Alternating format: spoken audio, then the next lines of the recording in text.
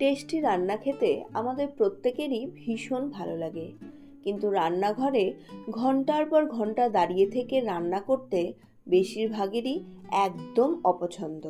আজকে আপনাদের সঙ্গে এমনই একটা টেস্টি রান্নার রেসিপি শেয়ার করব, যেটা বানানো যতখানি সহজ ততখানি ঝটপট তৈরি হয়ে যায় আর গরম ভাতে খেতে লাগে অসাধারণ। নমস্কার বন্ধুরা, আমি সঙ্গীতা আর আপনাদের স্বাগত সঙ্গীতার লাইফ সাইকেল চ্যানেলে। আজকে আপনাদের সঙ্গে শেয়ার করব হাতে মাখা মসুরের ডাল বা মসুরের ডালের বাটি চচ্চড়ি। আশা করছি আজকের রেসিপিটি আপনাদের পছন্দ হবে। আজকের রেসিপি পছন্দ হলে অবশ্যই একটি লাইক করে দিন। ফ্যামিলি মেম্বার্স ও বন্ধুবান্ধবদের সঙ্গে রেসিপিটিকে শেয়ারও করে নিতে পারেন। আর আমার চ্যানেলে নতুন হলে চ্যানেলটিকে সাবস্ক্রাইব করে আমার পাশে থাকুন। ভিডিওটিকে সম্পূর্ণ দেখার অনুরোধ জানিয়ে আজকের রেসিপি শুরু করছি। প্রথমেই 1 কাপ মসুরের ডালকে ভালোভাবে ধুয়ে পরিষ্কার করে জলে ভিজিয়ে রেখে দেব 15 থেকে 20 মিনিটের জন্য। কড়াইয়ের মধ্যে মসুরের ডালটাকে জল ঝরিয়ে নিয়ে নেব।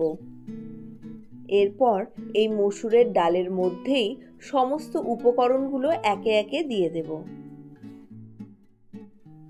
একটা মিডিয়াম সাইজের আলুকে একটু মোটা মোটা করে কেটে নিয়েছি। ভালোভাবে ধুয়ে পরিষ্কার করে এই ডালের মধ্যেই রেখে দিয়েছি। একই রকমভাবে একটা ছোট টমেটোকেও কুচি করে কেটে এর মধ্যে নিয়ে নিয়েছি। এর সঙ্গে সঙ্গেই একটা মিডিয়াম সাইজের পেঁয়াজকে ঝুরি করে নিয়েছি, 8 থেকে 10টা রসুনের কোয়া আর 4 থেকে 5টা কাঁচা লঙ্কা। এর মধ্যেই কিছু শুকনো মশলাও দিয়ে দিচ্ছি। এখানে দিয়েছি ছোট চামচের 1/2 চামচ জিরের গুঁড়ো, 1/2 চামচ ধনের গুঁড়ো, স্বাদ মতো লবণ, সামান্য একটু হলুদ আর টেস্টকে ব্যালেন্স করার জন্য সামান্য একটুখানি চিনি। যদিও চিনিটা অপশনাল, আপনারা স্কিপ করতে পারেন। এবারে 2 থেকে 3 চামচ সরষের তেল দিয়ে হাত দিয়ে ভালো করে এগুলোকে চটকে মেখে নিতে হবে। ছোট একটা আদার টুকরোকে ভালো করে থেতো করে এর মধ্যে দিয়ে দেব। আবারও ভালোভাবে মিশিয়ে নিয়ে এবার এইটাকেই ঢেকে রেখে দেব আবারও 15 থেকে 20 মিনিটের জন্য। এবার ডালটাকে সেদ্ধ হতে বসিয়ে দেব। এখানে গরম জল দিয়েছি, আপনারাও চেষ্টা করবেন গরম জলই দিতে, ঠান্ডা জল দেবেন না। গ্যাসের ফ্লেমটাকে প্রথম 5 থেকে 10 মিনিট হাই ফ্লেমে রাখবো, তারপরে সামান্য কমিয়ে মিডিয়ামে রেখে দেব। এটাকে ঢেকে রাখবো। এতে ডালটা যেমন তাড়াতাড়ি সেদ্ধ হবে, তেমন সেদ্ধটাও খুব সুন্দর হয়।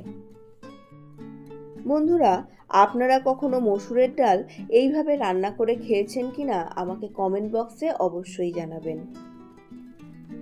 এইভাবে ডাল বানালে ডালটা কিন্তু খুব পাতলা করবেন না, সামান্য ঘন রাখবেন। দেখুন, এখানে ডালটা তৈরি হয়ে গেছে। আপনারা চাইলে এখানে ধনেপাতা কুচিও দিয়ে দিতে পারেন, তবে মসুরের ডালের সঙ্গে সরষের তেলের একটা দারুণ কম্বিনেশন হয়, তাই এখানে অন্য কোনো কিছু ব্যবহার করিনি। ডালটা সেদ্ধ হয়ে গেছে। আবার ভালো করে নাড়াচাড়া করে নিয়ে ওপর থেকে 2 থেকে 3 চামচ সরষের তেল দিয়ে দেব। গ্যাসের ফ্লেমটাকে অফ করে ঢেকে রেখে দেব 15 থেকে 20 মিনিটের জন্য।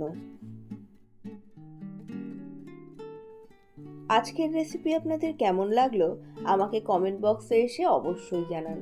ভালো লাগলে লাইক করুন, ফ্যামিলি মেম্বার্স ও বন্ধু বান্ধবদের সঙ্গে রেসিপিটিকে শেয়ারও করে নিন। আর আমার চ্যানেলে নতুন হলে চ্যানেলটিকে সাবস্ক্রাইব করে পাশের বেল বাটনের অলে ক্লিক করে দিন, যাতে আমার প্রতিটি নতুন রেসিপির নোটিফিকেশন আপনাদের কাছে পৌঁছে যায় সবার আগে। আপনাদের সঙ্গে দেখা হচ্ছে পরবর্তী আরও একটি নতুন রেসিপি নিয়ে। ততক্ষণের জন্য সুস্থ থাকুন, ভালো থাকুন। আর মসুরের ডালকে একবার হলেও এইভাবে বানিয়ে দেখুন। মসুরের ডালের টেস্ট অসাধারণ হয়, আপনাদের প্রত্যেকেরই খুবই পছন্দ হবে।